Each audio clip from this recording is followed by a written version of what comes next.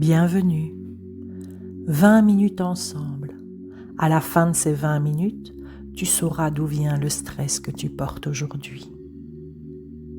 Tu as besoin d'une feuille et d'un stylo posés à côté de toi et d'un endroit où tu peux rester assis sans être dérangé.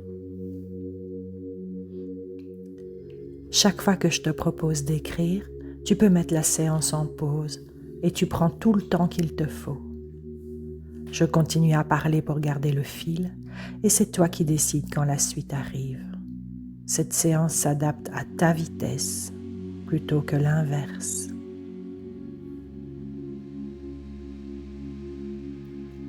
Et si un moment devient dense, tu ouvres les yeux, tu respires, tu reviens quand tu le souhaites ou tu redéposes la séance pour un autre jour.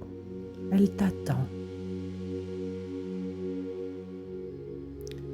Le stress a 3 sources, le réel, l'imaginaire, l'hérité. Une même journée peut convoquer les 3 en même temps dans des proportions différentes. Et voilà pourquoi une technique choisie au hasard laisse souvent le stress intact. Elle répond correctement à une source pendant que les 2 autres continuent leur route. Ce que tu vas obtenir aujourd'hui, c'est ta carte personnelle. Les 3 sources, avec leurs proportions, chez toi, aujourd'hui. Et l'ordre compte. Sous cortisol, ton discernement se ferme. Ton cerveau donne la priorité à la réaction plutôt qu'à l'analyse, parce que réagir vite sauve dans le danger. Alors tu descends d'abord, tu comprends ensuite. Installe-toi. Les 2 pieds au sol, le dos soutenu, les mains posées sur les cuisses ou l'une dans l'autre. Tu fermes les yeux si cela te convient. Sinon, tu laisses ton regard tomber vers le sol à 1 mètre devant toi, sans fixer. Tu sens le poids de ton corps, là où tu touches le siège, là où tes pieds touchent le sol, le contact de tes vêtements sur ta peau. Tu ne cherches rien de particulier. Tu constates ce qui est là. Maintenant, ta respiration s'allonge et l'expiration devient plus longue de 2 fois que l'inspiration. 4 temps pour inspirer et 8 pour expirer.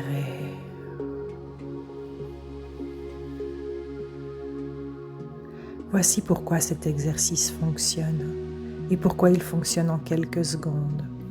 Ton nerf vague relie ton cerveau à tes organes et il pilote la branche de ton système nerveux chargée de l'apaisement. L'expiration longue le stimule directement. Ton rythme cardiaque ralentit, ta tension baisse, ton cerveau reçoit l'information que le danger est passé. Cela t'appartient partout où tu vas, sans matériel et sans que personne ne le remarque. On y va ensemble. Inspire par le nez, 2, 3, 4, et expire par la bouche lentement, 2, 3, 4, 5, 6, 7, 8. Inspire 2, 3, 4, expire 2, 3, 4, 5, 6, 7, 8. Encore une fois, inspire et expire sur 8 temps. Si 8 temps te demande trop d'efforts, tu réduis, peut-être 6 pour l'expire et 3 pour l'inspire. Le rapport compte davantage que les chiffres. L'expiration plus longue que l'inspiration, voilà toute la mécanique. Refais encore un cycle à ton rythme. Tu comptes pour toi et je me tais.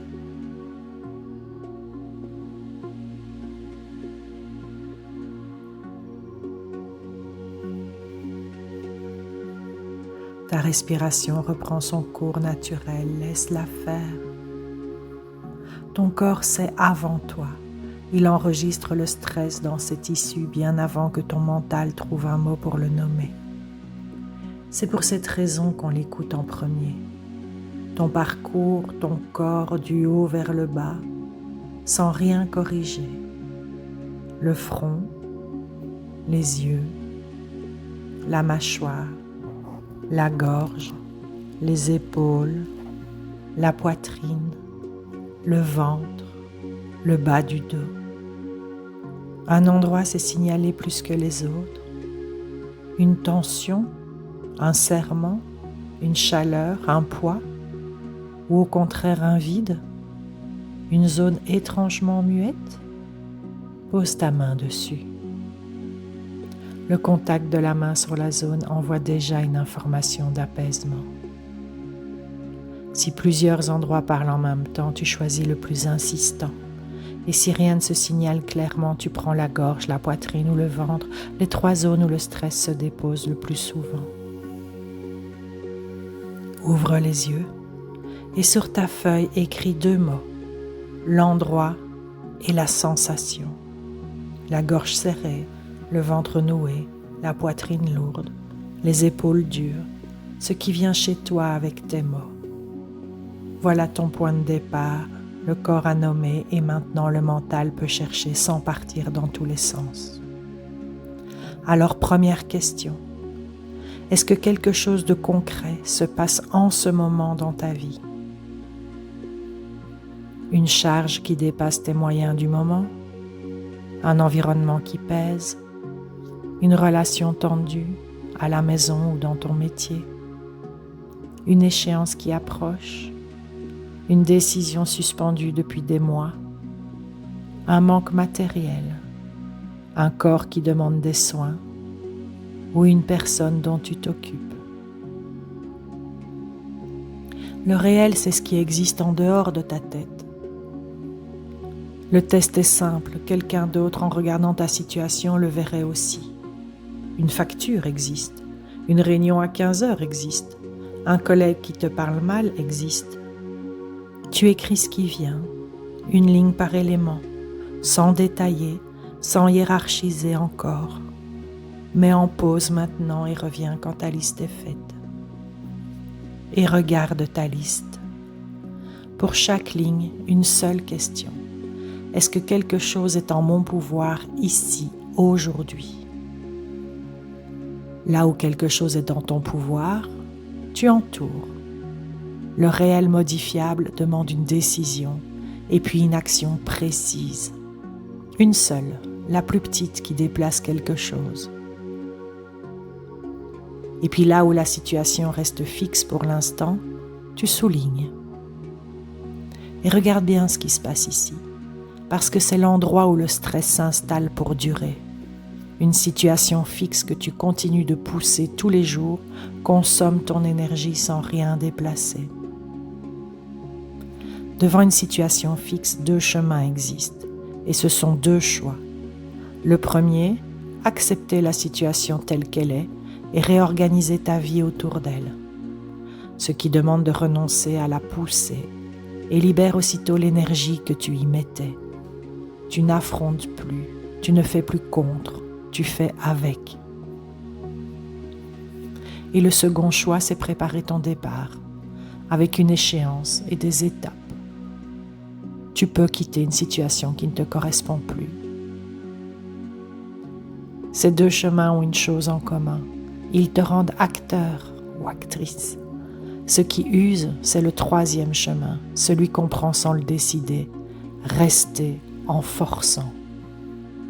Sous ta liste, tu écris la question que le réel pose, toujours. Suis-je à la bonne place? Et tu la laisses ouverte.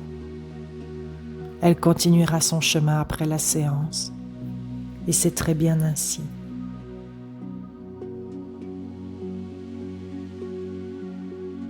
Deuxième source, l'imaginaire. Tu reposes le stylo, tu refermes les yeux et tu reprends 3 respirations longues avant de continuer. Deuxième question. Une part de ce que tu ressens porte-t-elle sur quelque chose qui n'appartient pas à ce moment?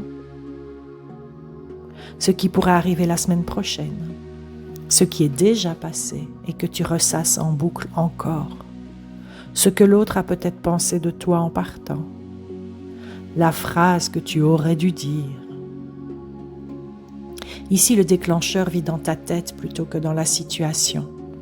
Et voilà ce qui rend cette source si puissante. Ton corps répond à cette pensée exactement comme à un événement réel. Même cortisol, même tension musculaire, même nuit écourtée. Ton système nerveux fait confiance à ton imagination. Il ne dispose d'aucun moyen de vérifier. Une seule pensée sur une réunion de vendredi peut donc te tenir éveillé le mardi. La réunion n'a même pas encore eu lieu et ton corps l'a déjà traversée 4 fois. 2 formes reviennent sans cesse. L'anticipation, tournée vers l'avant, tu construis un scénario et tu le vis d'avance. Et la rumination, tournée vers l'arrière, tu rejoues une scène en cherchant une issue qui n'existe plus puisque la scène est terminée. Les deux ont ceci en commun. Elles te retirent du seul endroit où tu peux agir, qui est maintenant. Il y a un étage en dessous. Sous la pensée, une croyance agit. Une phrase sur toi, apprise tôt, souvent avant que tu aies eu l'âge de choisir. Je dois être à la hauteur. Je vaux ce que je réussis. Tenir est mon devoir. Ma valeur dépend du regard des autres. Si je ralentis, tout s'écroule. Ces phrases ont leur utilité. Elles ont souvent servi à obtenir de l'attention, de la sécurité ou de la paix dans un contexte donné. Elles continuent d'agir aujourd'hui, dans des situations qui demandent peut-être autre chose. Ouvre les yeux et écris la pensée qui tourne, telle qu'elle se dit dans ta tête, avec ses mots à elle. Mets en pause le temps qu'il faut. Maintenant, tu descends d'un étage. Sous cette pensée, quelle phrase sur toi se tient? Une piste pour la trouver. Demande-toi ce qui arriverait de terrible si le scénario que tu redoutes se réalisait. La réponse à cette question contient presque toujours la croyance. Tu écris celle qui vient, même si elle te paraît excessive, surtout si elle te paraît excessive. L'excès est le signe que tu as touché la bonne. Et lis cette phrase à voix haute, une fois, lentement, en t'entendant la dire. Observe ce que ton corps fait en l'entendant. Souvent le poids tombe là. Une phrase gardée à l'intérieur garde son autorité, elle circule sans jamais être examinée et elle prend le statut d'une vérité sur toi.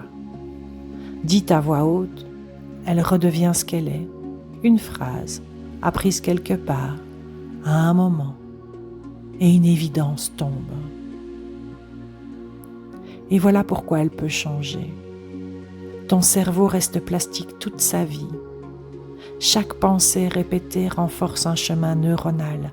Chaque pensée nouvelle en ouvre un autre. Ce qui s'est construit par la répétition se reconstruit par la répétition. Cela demande du temps et de la constance. Et cela demande surtout de repérer la phrase à chaque passage. C'est le pilier mental de mon approche. Et c'est aussi le sens du mot qui la nomme. Ce qui a été écrit à l'encre devient un ancrage que tu choisis. Repose le stylo et reprends des respirations longues. 3e question, et celle-là demande de la douceur avec toi. Cette façon de réagir au stress, l'as-tu déjà vue quelque part avant toi? Chez ta mère, chez ton père, chez la personne qui t'a élevé, chez une grand-mère dont on racontait qu'elle tenait tout, Une manière de se tendre, de se taire, de tout porter seul, de s'agiter pour éviter de sentir, de partir avant d'être quitté. 3 choses se jouent ici, et toutes les 3 sont antérieures à toi. Ta génétique module ta sensibilité au stress. À situation identique, les seuils diffèrent d'une personne à l'autre. Certains systèmes nerveux réagissent plus vite et redescendent plus lentement. Cela explique pourquoi la comparaison avec les autres est si injuste envers toi. L'épigénétique transmet l'empreinte de ce que les générations d'avant ont traversé. Ce qu'elles ont vécu a modifié la façon dont certains de leurs gènes s'expriment. Et cette empreinte voyage sur 1 ou 2 ou 3 générations. Une vigilance que tu n'as jamais comprise chez toi trouve parfois là son origine. Et le modèle familial t'a montré un rapport au stress avant que tu aies l'âge de le questionner. Tu l'as appris comme on apprend une langue maternelle, par imitation, sans leçon, sans le savoir.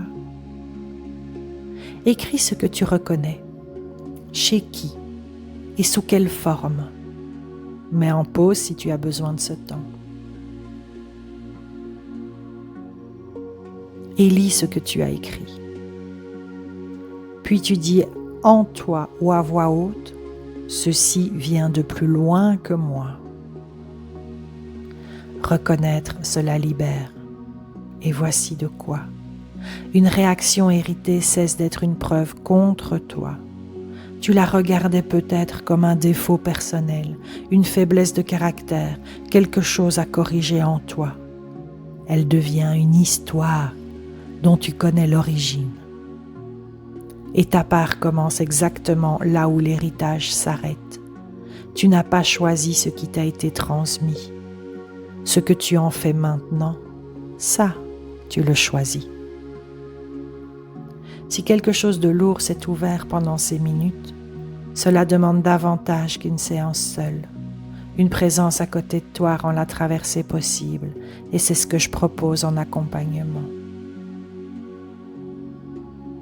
Regarde ta feuille en entier. Les 3 sources sont là, avec leurs proportions chez toi aujourd'hui. Prends le temps de voir laquelle occupe le plus de place. C'est souvent une surprise. Une source demande à être servie aujourd'hui. Une seule, choisis-la.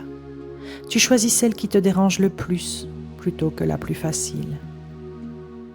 Et le geste suit la source, puisque chacune répond à un langage différent. Le réel demande que tu prennes une décision. Une seule action, écrite, avec un moment précis pour la faire. L'imaginaire demande un déplacement de regard.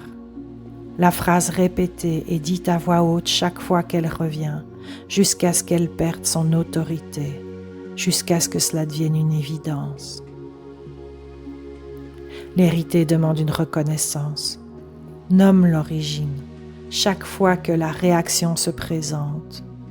Tiens, voilà la vigilance de ma mère qui passe.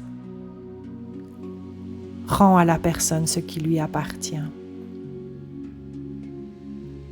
Une seule, et une seule raison à cela. 3 gestes engagés en même temps se diluent, et aucun ne tient une semaine. Un geste tenu déplace davantage que 3 gestes commencés. Alors tout en bas de ta feuille, tu écris une phrase, ce que tu fais dans les 24 heures. Et puis tu reposes ton stylo. 3 respirations longues, l'expiration 2 fois plus longue que l'inspiration. Tu sens à nouveau tes pieds au sol, tes mains, le poids de ton corps sur le siège. Tu es entré dans ces 20 minutes avec un stress. Tu en repars avec une carte. Le stress reste peut-être là et sa source, elle, est nommée. Une source nommée devient une source dont on peut se servir. Garde ta feuille. La prochaine fois que ça monte, tu la reprends et tu verras que les 3 mêmes sources reviennent souvent dans le même ordre. C'est ta signature de stress. Et la reconnaître te fait gagner des semaines. Et puis tu ouvres les yeux quand tu le souhaites. Avec toi.